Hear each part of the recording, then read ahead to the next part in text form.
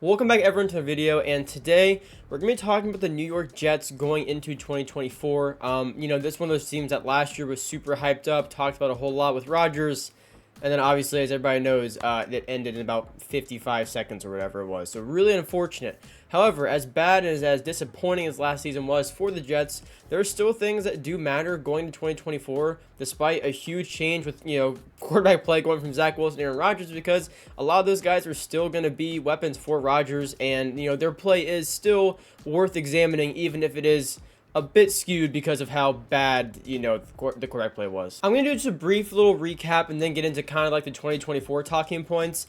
I'm not really going to get into quarterback play because we all know, there's Zach Wilson and just all kinds of just not good. Breece Hall, though, really, really exciting. He's been very consistent when he's been healthy, apart from that, ACL tear. But bounced back from that, had a very solid season, all things considered. Dalvin Cook, that was kind of an interesting signing, didn't end up amounting to a whole lot in the end. But yeah, Breece Hall, really just the highlight of that backfield. Braylon Allen was since drafted since then.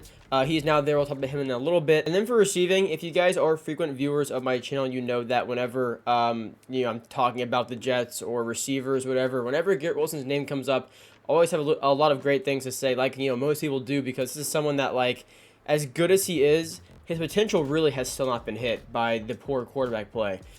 So, I mean, him getting 1,000 yards with just such inconsistency at quarterback says a lot, and with Rodgers, I mean, it's going to be a really fun duo to watch if it all comes together. But yeah, Garrett Wilson, very solid year. Tyler Conklin, honestly, too, solid year. Breece Hall in the receiving game is still, a huge threat. Lazard, not really high on him going into next year, but this receiver room does look a bit different. That is all the recap will do, though. I just want to kind of do a little refresher, I guess.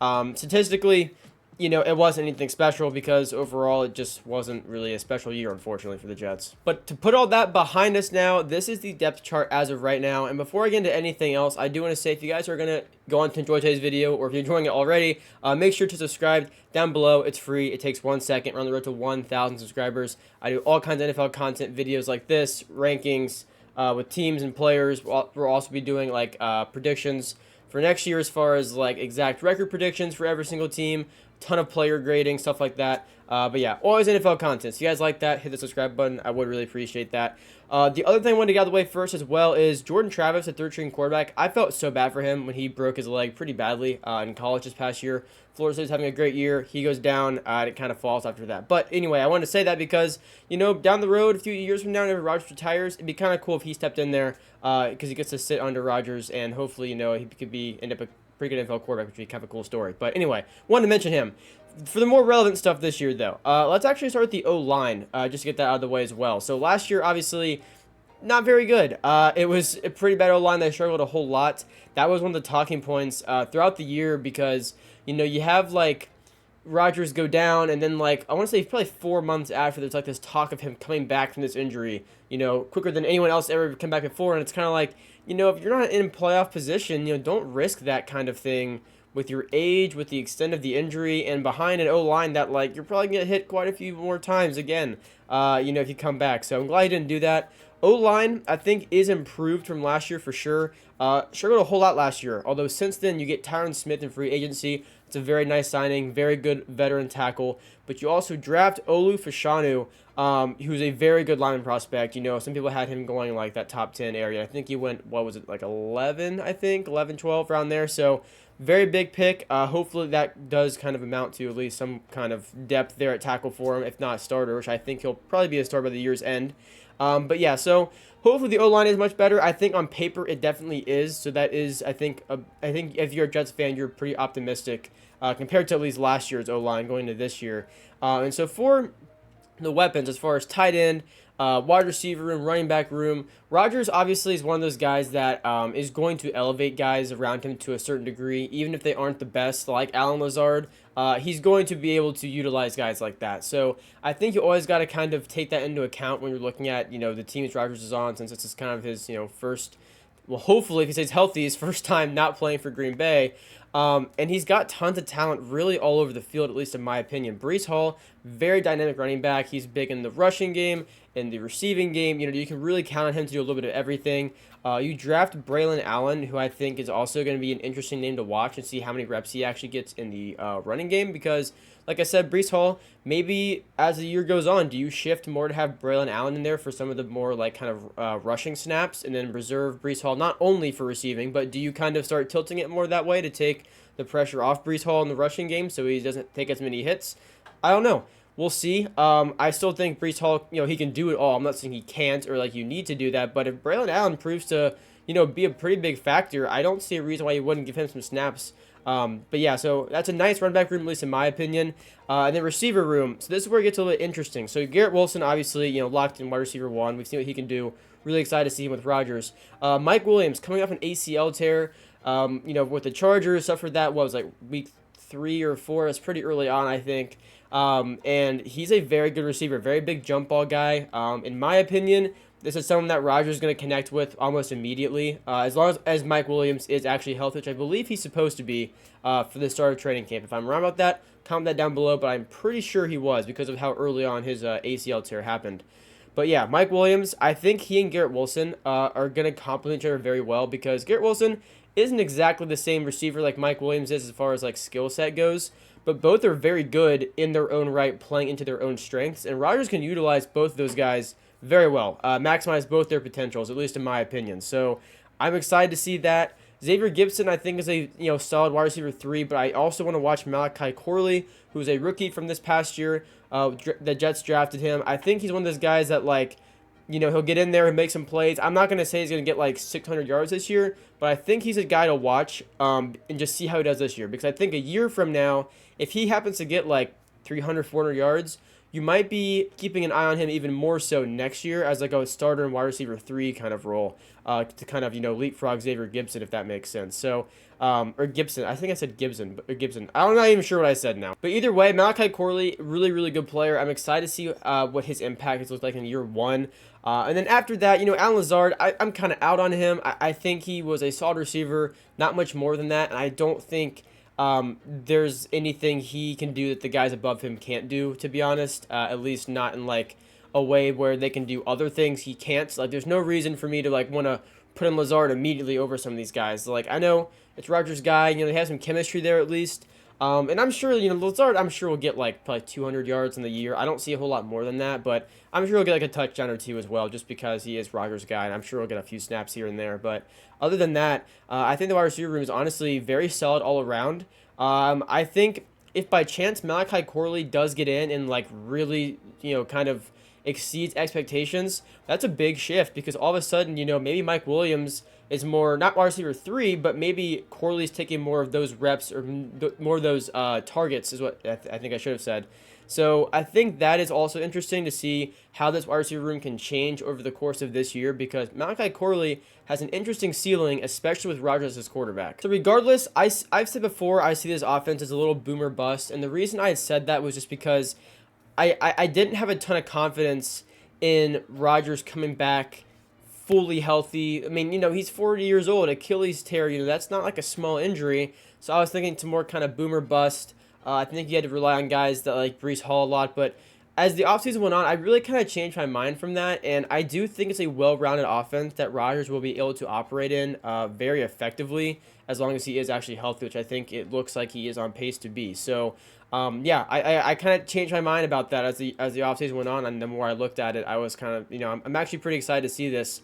The only thing, though, and I'm sure Jets fans, you know, as optimistic as you probably are and excited, I don't want to bring you down, but I'm sure, as you know, this division is pretty tough. It's basically a 3-team race for first place. In my opinion, the Patriots really aren't in like a win now situation. Like, you just want to see if you have Drake May, if you have like a future with him as your quarterback, if the coaching changes are going the right direction. Like, the Patriots have a lot more on their plate than trying to compete for the division this year, in my opinion. As for the Dolphins, the Bills, and the Jets, though, it's win by all means at this point. So it's interesting because the Jets have to really take advantage of some of their out-of-divisional opponents because they don't have the toughest opponents out of their division, other than Houston and San Francisco. I would say are probably their toughest. I think the Rams will be very tough as well. And then after that, I think probably the Colts, and then Jacksonville. I think Pittsburgh's in there too. So I think there's some solid teams for sure, but there's not a lot of like powerhouse teams to where it's like really, really tough. Like the Patriots, I don't think they match up very well at all with their schedule. They have a very tough schedule, having to play, the AFC West, no, not AFC West, the NFC West. The Patriots don't match up as well as the Jets do with some of those teams. So I think it's going to be very tough regardless for every team in this division. The Jets have to make those out-of-divisional games count, though. You got to beat, like, Arizona. You got to beat, I'm going to say Minnesota, unless McCarthy or Donald's, like, really, really good. I think the Jets would be better than Minnesota, so you got to win that. Tennessee, you definitely have to win. So you got to make those games count, because then when you go back to the division, you got to beat the Patriots. But after that, in my opinion, as far as the Dolphins and as far as the Bills go, whether you're in Buffalo or in New York, wherever you are, those games are very up in the air to me right now, because the Bills definitely got worse on paper, but I just feel like Josh Allen is the type of guy you just can't really count out. Like, he's going to elevate that offense. He's going to make them compete. So I don't think I'm going to say, like, oh, it's really just between the Jets and the Dolphins. I don't think that's true. I think the Bills might be worse than last year, but they are definitely going to fight as far as these divisional games go. So it's going to be tough. This offense is going to be tested. This defense is going to be tested, especially week 1 opening up in Monday Night Football against the 49ers in San Francisco. That's a tough week 1 matchup. I mean, at least last year, you're opening up at home against the Bills, like a divisional opponent. I mean, you're going up against arguably the best team in the NFL week 1. I mean, it's, Rodgers back and healthy. You're playing against, McCaffrey and the 49ers and Purdy and Debo and Ayuk and Nick Bosa on defense and Fred Warner and like all these guys. Like, it's going to be a tough game. So I'm currently doing a series right now, and we're pretty early on in the series, but I am doing one where it's more team specific stuff. Like, I had like an hour-long video on both the Saints and the Panthers. We're starting the NFC South, talking about like their season, grading like all kinds of players, talking about like their schedule, giving an exact record prediction. I'm going to now upload those by division, and so the reason I'm saying that is this video that will be going over every team in the AFC East, where I actually give an exact record prediction, will be later on this offseason. So as of right now, I don't really have an exact record prediction, but I do think the Jets can get 10 wins out of this schedule. And the other thing is that, like, the AFC as a whole is very tough. So you can be a great team and be in the wild card. You can be a great team and not even make it at all. So it's going to be tough. I do believe in Rodgers and his offense, though. The Jets' defense, I think, also kind of speaks for itself. It's very, very good, and we'll get into that more with the full kind of team breakdown video, like I said, later on this offseason for the whole AFC East. But as far as his offense goes, it's gonna be tested for sure. But I will say I'm officially kind of in on the Jets' offense. I was a little skeptical just because a big injury like that can be tough to come back from, and I wasn't sold on the wide receiver depth, but I think getting Mike Williams and I think drafting Malachi Corley, you still have Xavier Gibson, who's not bad at all, and then obviously Garrett Wilson. Like I'm pretty confident now with Rodgers and the Jets offense. However, I know a lot of you guys may not be, so if you're not, comment down below why you might be out in the Jets offense this year or why you are in. Personally, it just came down to some of the additions and just kind of believing in Rodgers. But again, I hope everybody can stay healthy. I was super excited for this last year, and it obviously didn't happen. So hopefully everybody stays healthy this year and we can see this happen. But thanks for watching. I do really appreciate it. Make sure to subscribe to my channel for more videos like this. Comment down below any team you want to see me do this on. I've done these kind of brief videos, before. I've done on like Drake May, Caleb Williams, Jaden Daniels, Joe Burrow. I've done it on the Chargers' new look team, Bryce Young, and probably a couple others I'm forgetting as well. But yeah, so I'll see you guys in the next one. Thanks for watching. Peace out.